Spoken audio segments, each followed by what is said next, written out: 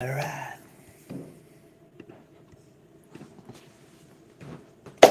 Dude, I'm pumped, bro. We're back. Hell yes, man. Once again, What has been? new Way location, too long. same bullshit show.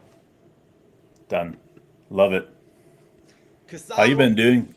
we are calling him Cason because Sam Presti, he says everything right. Dude, I'm down with it. When he was asked how he said his name, he said Kasan. So, you know what? We're going to go with it, man. So, I'm down. Hope everybody's doing good. Good to see you. I had a vacation. Mark, I know you have had stories about rock slides, but I had a story about my rock slide. Helping my son go down the rock slide and was like, "Hey, be careful. There's a slippery spot." And I slipped and fell. Dude, I got like marks all over my body, man, from the rock face that I ran into. So Flip even and though it slide. says rock slide, guys, it's not always safe. Dude, so was it like it was a water slide, right? Yeah, it was a water slide that was just rocks. Essentially, it was a cemented in, Okay. but the sides of it were those like coral rock, you know, Oh, where so you you don't even want put your fingers on it, like it cuts you. Yeah. And I was like, "Hey, Jude, be careful over this area. Stay to your left." And then as I took a step, right next to my wife, man, like I went like face down, just boom, just bit it. And then next thing you know, I'm like, "Okay, I've got to stop my momentum here." So I slapped the wall because I was like face first into it almost, and that's when I was able to kick myself around, which tore up my feet and ankles, and but it wasn't my face. So it's a win, bro. It's a win. It's a win. You seen the rock. Look. But Man, that hurt though. I'll be honest with you, it put me out. So, and so where you're you out at now, man? you're out in Georgia though, right? That's where that happened. That was in Georgia. So now I'm back home, and pretty great to be here. What's up, I'm Carson? out Austin right now. So Austin, Austin, Texas. dude. Texas. Dang, Man. dude. So Carson, you're talking about the Harden and so okay, so Yes. let's break this down real quick, right? Done. Let's do it. Let's James talk about her. Harden opted in, and almost not to surprise by me, but like the Sixers didn't really want him on the team. What's up, Unc? They wanted him to opt in so they could trade him, so they would get Yes. something for him. So, Yes. bro, it's like, did I nail it? Is there anything else? No, On, but they want something significant in return. Um, but they don't want Harden. but they don't want Harden. So let's just talk about what they could get. Like, I personally think that there's an opportunity for Harden to go to the Knicks. I think there's the Pelicans. I think there's an LA team that would be interesting. But let's just be honest though. Like, this is all about like what the highest cost will be. And that's the problem. I don't know a lot of people that are going to be willing to put out big name players. I see some teams willing to do some draft picks and some young talent, but that's not what the 76ers need. They need another star to go along with Embiid. Otherwise, they don't have a chance. So for me, I'm looking at the situation. And if I'm the 76ers, man, like get rid of Harden, cool. But if you don't get a lot in return, then you got to move on. And what does that mean? Dude, that means Embiid's got to go. Like you got to restart that system there because it was trusting the process was a jacked up system. It really hurt Philadelphia, and I think there's a better way of doing it, Oklahoma City Thunder style. And you could get that. Think about what you could get for Embiid at this point in his career. You could get a lot, and that's what you got to be looking at. Is that if you can't rebuild, you can't get a lot in for James Harden. You got to look back at the drawing board, and that's what's crazy about what's going on with the whole league is teams are looking at it like that. Like, what are we going to do? How are we going to get here? What are we going to, I mean, it's insane, man. Like, I was looking at the, let's just use this in context. So, the Golden State Warriors, they're $62 million, dollars, I think, into the tax right now. If they sign Draymond Green onto a contract for $33 million a year, do you know how much that would cost them in I, luxury tax? I bet it would be 90 million in luxury tax. 180 million in taxes, bro. So That's double what it that, would huh? cost them for 1 year of Draymond Green, bro. not 33 million and 100. This is why it's crucial. Teams are getting under that cap. And I can't keep saying this enough over and over again. You're looking at the system right now. If they don't sign Draymond Green, right? If Golden State doesn't sign Draymond Green, they can't do anything. They got nothing. They got zero. They got zilch. They got nothing left. They can't add anybody else. What the team got is what they got. And you think about that, man. Like, that's handicapped to every single possibility unless they go and start trading some of their stars. Again, the NBA is going to be tearing down in the next 2 years in a way that we've never seen before. And that's what makes it possible for guys like Chris Paul to go to Golden State or, Bradley Beal to go to the Suns. Like, it's a matter of time before we see James Harden go blank. And then we see, this player go here, Damian Lillard go here. Nobody wants to be messing around with these massive contracts if they can't win. It's win now, pay the money, or just push reset because there's no in between anymore, guys. Yeah. So Carson thinks maybe Paul George for James Harden. Well, see, Clippers said they are not trading any of their players, good players. Okay. So it would be shocking if they traded Paul George because let's be honest, I think Paul George is a better player than James Harden, all-around player than James Harden. I don't know why they would trade Paul George unless they're like, oh, we want to get healthy, but I don't get it. I could see yourself being like, having two small forwards and Kawhi Leonard and Paul George as your best players isn't what we want. We want to have, you don't want to trade Kawhi, so you would say Paul George was the one that they could. Maybe we get a player that's better with the ball in his hands in a guard position. But I'm with you. Paul George, I would prefer to keep Paul George than James Harden. But I'd also prefer to keep Kawhi Leonard than Paul George, and that kind of leads you there. Well, and I think you got to get to the point where, like, you got to look at disgruntled players. You got to look at the Pelicans. Like, maybe Zion, they want to move on from Zion. And you could put Embiid and Zion next together, and you could have a team right there. So, again, this is all, there's so much that's going to be happening in the next, I don't know, the next 30 days, bro. We're all going to be sitting here and being like, well, I didn't see that, or I saw that. That was a cool trade there. Or, there's too many players like Zion Williams that are taking so much cap up. And he's played, 4 seasons now, 5 seasons? And he's only played a third of the games. This is a different league, guys. Like, the bad contracts you can't do anymore. Like, guys like Zion Williams, yes, he's an unbelievable player, but the future, they're never going to allow him to get this much money because his injury trap. You can't just dump out money to players, these guys. What's up, man? Well, listen, I want to talk about that. Lindy Waters' era is not done in Oklahoma City. We have 3 two-way contracts, and I think it's always been a plan of Sam Presti is to pay Lindy Waters this year, come back for another two-way contract. Like this is the way the Thunder have to go. Like until he's outplayed or he decides to move on. I don't think the time is done. He has too much Oklahoma City Thunder pride, bro. There's no way we're trading him or getting rid of him. So let's talk a little bit about this draft because we're both excited about it. Yes. Cason Wallace, as everybody else other than Sam Presti knows him. I guess Sam Presti and his mom, but Cason Wallace to everybody. Cason Wallace, baby. On the inside. We were obviously pretty stoked about it, and to me, when I went back and listened to us talking about the idea of getting him before, we both were really excited about the idea of the fit, of what it would mean, what it would say about the team that Sam Presti saw picking a guard at this position would really mean about Thunder, about the future of the NBA. And now we're looking at it, and it's hard not to get really excited about what he can do. So tell me what the favorite things about his game for you right now that he's on the Thunder. Man, the more I watch him, the more I see him play, the more I recognize that if he lives up to his style of play and the way he plays on defense and offense, we have officially drafted Lou Dort's replacement, guys.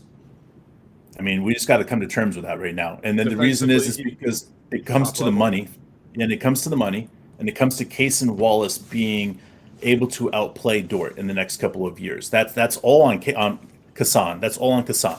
What's up, I mean Corey? that we can try to say Lou Dort has more than 2 years left, but when he has a contract for 20 something million a year, you know, the Oklahoma City Thunder know his time is limited because we have to pay in the next 2 years all of our players.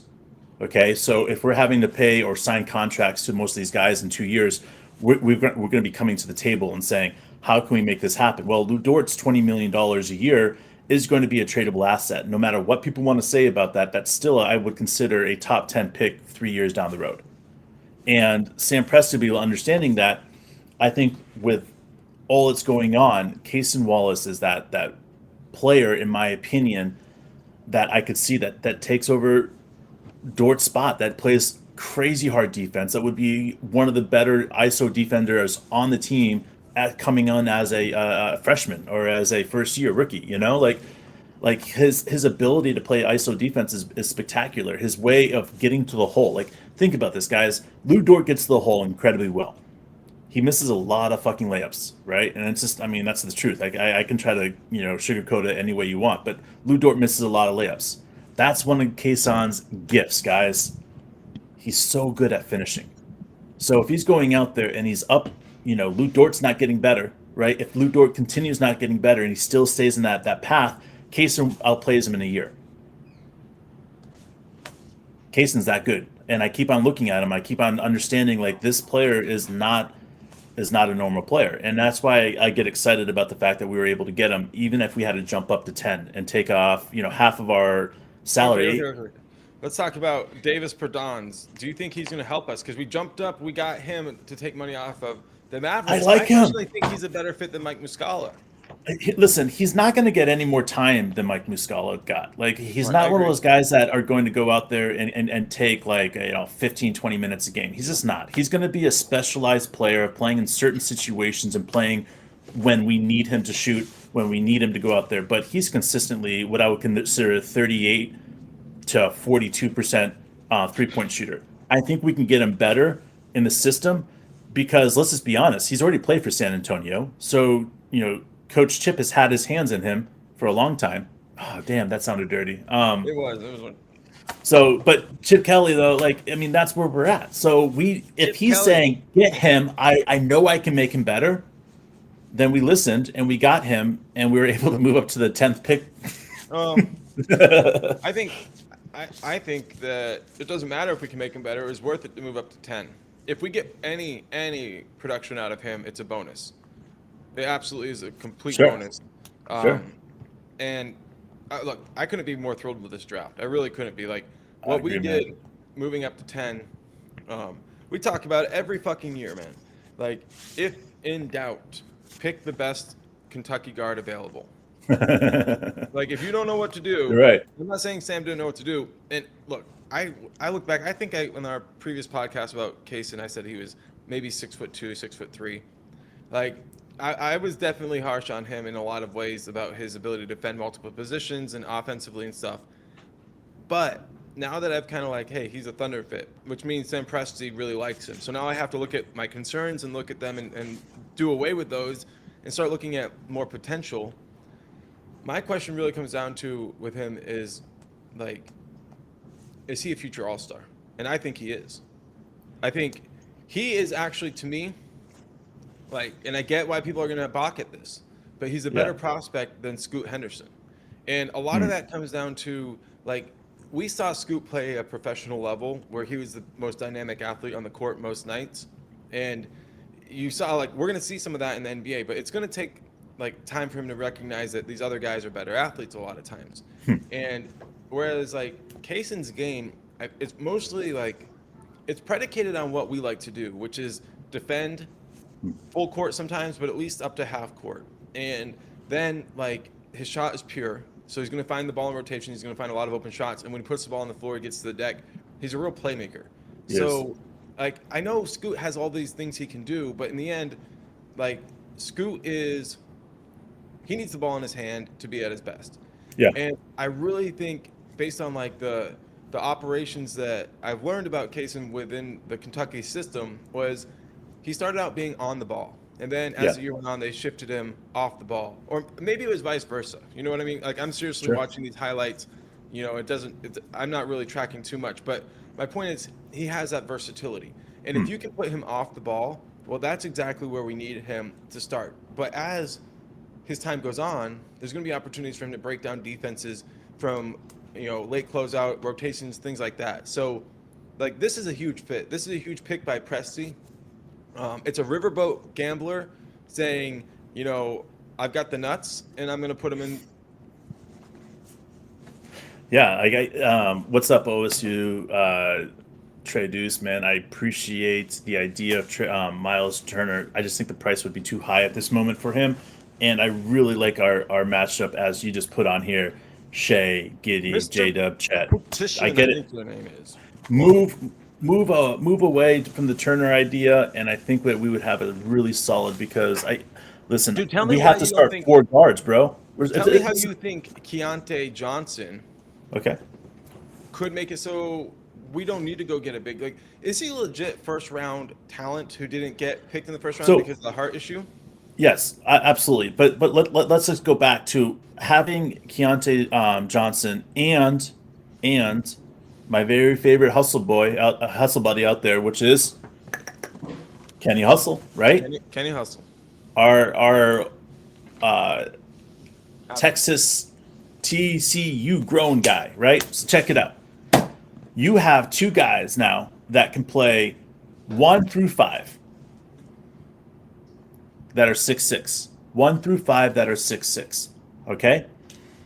That's as simple as that. You guys can put it together in any way you guys want, but you guys are going to watch how Sam Presti and Coach D have really turned this into a all guard set because we can go 4 guards at any time. Okay, you throw in a post player, and then we start getting beat by a team that's going straight up guards. Right? Yep. We throw Kenny Hustle in there. We throw Keontae Johnson in there. Guys that can guard all positions. It doesn't matter anymore. Like Yeah. Yeah. that's what's so exciting about getting guys like this that play the positions like they do. Like Keontae Johnson was when I watched him in Florida play alongside Trey Man. Like it was Trey Man.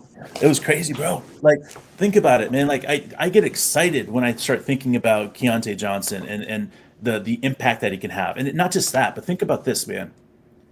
Keontae Johnson is older than guess how many Thunder players currently on the roster?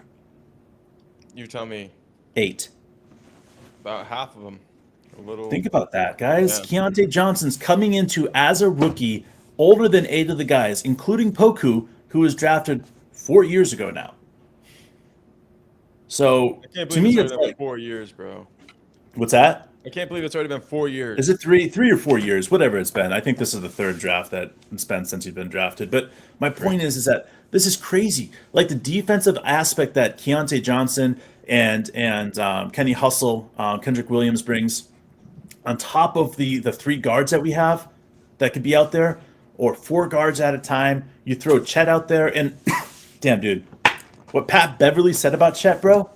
Dude, I didn't watch it yet. My bad. Okay, all right. So he's talking about on his show. He's talking about different players, whatever. And then the guy asked him about what he thought about Chet, and Pat Beverly's like, "Damn, man, that guy's nice. I've been talking to a lot of players in the league, and they're all like, it's better. He's better than Victor.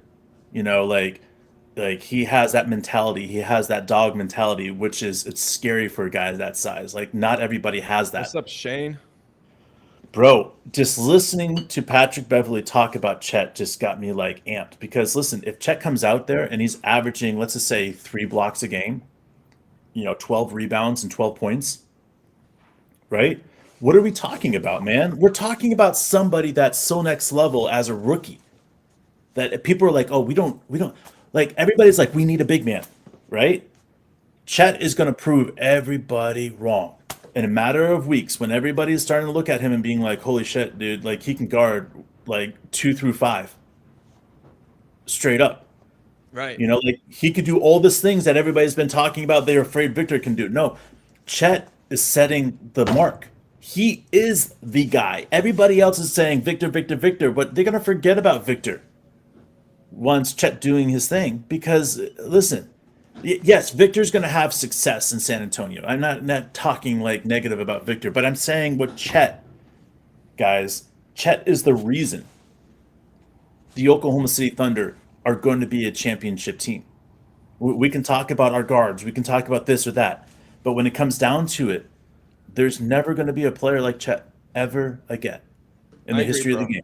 Let's talk about what Super Blood Wolf Moon just said. Jay will take some charges, and that's right. Like you're What gonna do you funnel got? him What do in you got? there. What do you got? We got 72 or 82 games, right? He plays, let's just say 70 games. How many charges does he take next season? Is it above 80 or below 80? Right, and I'm thinking it's above, bro, for sure. I'm thinking he's going for triple digits this next year. I'm not gonna lie. I think triple digits is on his mind. Well, I think he got like 50 in a year in college, and that's a much shorter season. So yeah, why not, dude? So then on top of that, bro, we're talking about OSU Trey Deuce is asking us, is Chet gonna be ready for the five? Do you think he's gonna be the four? And we talk about this in different ways, A right? lot. We There's a talk about this a lot. there's a difference between playing like a position like on both ends of the court and really like transitioning. Like Chet's gonna want to catch the ball on the perimeter offensively, so he's not gonna be like that traditional five, but he does protect the paint in like a lot of like times like a weak side help, but he can take like the primary defense. If you go back to Well, his but look college at what we days, played this looking last like year, bro. Jalen Duran when they went head to head, like he can take one-on-one defensive assignments against fives, but most of the time you are going to want him playing off the ball, and that's where Jay will. He can play defense on the five, and then offensively he can kind of also more play like high post traditional five. It's True. so this kind of goes what Mwani's saying. It's positionless. But our defense, man. This goes back to our defense and understanding what our defense plays. What did we play a lot of last year? We played a lot of like almost a 2-3 extended zone. Yeah, Like it was like a it was hybrid man zone for it was sure. a hybrid man zone, right? We didn't get a lot of technicals for it. It was very effective. And you put Chet in that type of zone, and you got a top 10 defense. Like last year, we were top. I think by accumulating all the stats, I would consider us a top 10 defense last year. Okay. Right. So if that's the case, and you're putting Chet into the middle of the defense instead of a J. Will or a JRE or a Poku, right? And you insert Chet there, we're all, in my opinion, we're already a top Joseph. 5 defensive team. Like we can push this in any direction we want, but when we're talking about the future of the Oklahoma City Thunder, and we've left out Chet for so many times, it's to me like that's why that fuel is there for Chet now. Chet's there out proving anybody, and I want to say this about Chet: I've never seen Chet without a basketball in his hand. Have you? Like even with a suit on, he You're has a right, man. basketball in his hand. Think you're right. I've never. How many players in the history of the game, and it goes back to when we were growing up, and there was this guy that used to talk about Pistol Pete Maravich, right? He did everything with a basketball, right?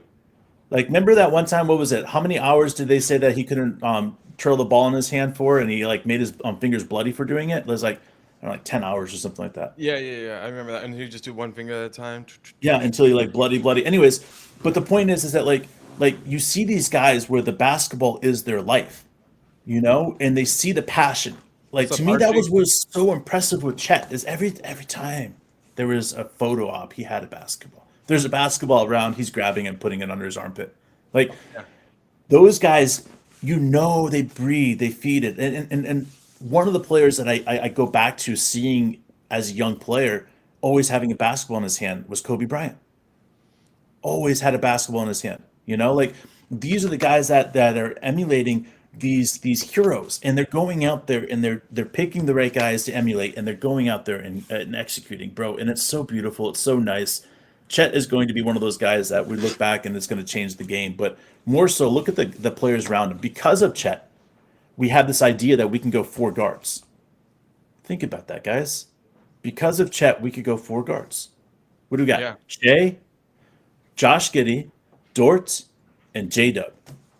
We just pound that shit. Nobody's going to be able to guard us. Like, how are they going to guard us? They're going to put a forward on J-Dub? Mistake. Oh, no. Put your forward on the other tall guy that we have out there. Oh, put him on Shea. Yeah. Put your forward on Shea. How's that going to work for you? Like, they're going to have to go guard sets against us. And one big man. And what is our big man way more efficient at? Scoring with the basketball in his hand than almost anybody that we've seen in recent history as far as big men. It's going to be one-on-one. Our big man versus your big man. Four guards, four guards. We got you. But the thing about our four guards is we're not small four guards. Right.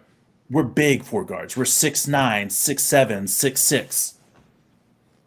Like, we're not chumps out there, man. Like when we're talking about the history of the game, we're talking about how this team has been drafted, and we're talking about potentially championships. We don't take that lightly, man, because the reality of it is in order to have championships in today's game, that means you're going to have to be able to extend players and stay under the cap. How does that happen? Through the draft. What do we have a shit ton of? Draft picks. So how are we going to continue to keep these guys healthy and surround them by good players? It's because we're going to draft guards. Yeah. Why are we going to draft guards? Because 12 guards on a team, 12 guards on a team now isn't enough in the NBA anymore. It is not enough. You need more than 12 guards now on a team because the way the game is being played, if you want a healthy team, you want to keep your players healthy, you want to keep your guards healthy, you need specialized guards, you need defensive guards, you need scoring guards, you need multi-purpose guards, you need guards that can guard 1 through 5 or 5 through 2. You need guards that can do whatever it takes to step up. And guess what? Oklahoma City Thunder is littered with them. Everybody else is seeing it, and they're all scared now. And I get it. People are like, oh, scared of the Oklahoma City Thunder. No, I'm serious, guys. We've accumulated an insane amount of massive, big guards. When everybody else is going to be trying to get guards, they're going to have shorter guards to guard. What Scoot Henderson? What is Shea versus Scoot? Come on. You know what I'm saying? Like, Yeah, dude. When you have 4 inches on a player, it's a different ball game. Yeah, dude. And one thing OSU What's up, Chris? talking about here is like the playoffs. To get to the finals, we're gonna have to go through Joker, and presumably the matchup would be Chet versus Joker. How do you think that would roll? Dude, I'm excited about that matchup. You know why? How many big men are going to be able to take Joker out in the paint? How many big men are going to be able to prevent Joker's crazy, insane passes with the crazy long arms and the 7'1" and the passion to play defense? How many guys are going to be able to stop? What's up, Joker? Chris? Like, Joker is going to take Chet for his money, maybe the first year or two. Right. But after that, it's over, man. Like the new big men are coming out, and the new big men are going to be like Joe Chick plus 2 inches, plus 3 inches, plus faster, plus better at scoring, plus more efficient passer, plus better ball handling skills. Like what the Joker has brought the level of the game up for center is truly spectacular. Because if you're a center in the league, you can't say that you haven't emulated your game slightly with the Joker. You look at Chet and you're like, wow, like the way he passes, the way he sees the floor, you know that he watched the Joker. Yeah. Like you can go down this line. Every single player in the last 5 years have noticed what we've noticed about Joker. He's a special player. Got to give him space. You got to give him time. Super Blood Wolf Moon said, Giddy, SGA, J-Dub, Cason are like the Ninja Turtles. They're all about the same height. Some are tougher than others, different skills, but they all ninjas. I love it, man. Ninjas. Hell yeah, all ninjas, dude. What do you think, man? You think they should start wearing those Jimmy Butler headbands that he got away with for a little bit, the Ninja Turtle headband? Yeah. Everybody gets their own color. Yeah, dude.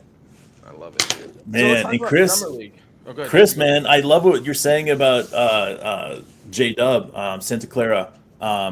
Dude, he is putting some serious muscles on. Like, oh, really? Dude, like, listen, like, I want to say, and this is nice because, like, you know how you take baby fat and you turn it into muscle? Like, he had a little bit of baby fat on him. And if you look at him now, man, I'm not going to lie, dude. Like, I'm a little bit intimidated. And the thing is about it is that, like, every rookie I've ever known, their first year in the league of eating right, working out on the schedule, the regiment, essentially, the professional habits that the Oklahoma City Thunder teach, every time I see it, man, you get impressed. But J-Dub's another level, man. Like Like he went past people last year. He's going to go through people. He's going to go past people. He's going to go above people. Like his game is truly spectacular. And when we're talking about a guard being forced, not forced, but being the forward of this team is crazy, man. Like think about it. Like J Dub is literally going to be playing their best forward on almost every single game. Every single game, he's going to be playing their best forward. And I think if you think about that and you think about what he's going to be able to bring to the table in a course of 5-6 years, like, man, you're going to see, and I told you this last year after the draft, you're going to see the end of the draft or the future of the draft. It's going to be Oklahoma City Thunder. Chet would be the first repick in the draft. Number 2 would be J Dub. Number 3 blank. Number 4 blank. Number 5 Ousmane Dieng. Like that's the future of what's happening with this draft class that we have. I mean, now you're talking about J Will too. You throw J Will in that draft class, and now you have 4 players that I would consider a top 15 pick in most drafts. It's insane, bro. Just give him time because Usman hasn't even got warmed up. J Will still finding his feet, but he's already shown he has elite skills. It's exciting. Appreciate OSU, Deuce. We're gonna see what happens with the summer league coming up. Dave, you said it's about a week away. Yeah, AVAX is asking about the roster. Have we seen a schedule yet? Do you know anything?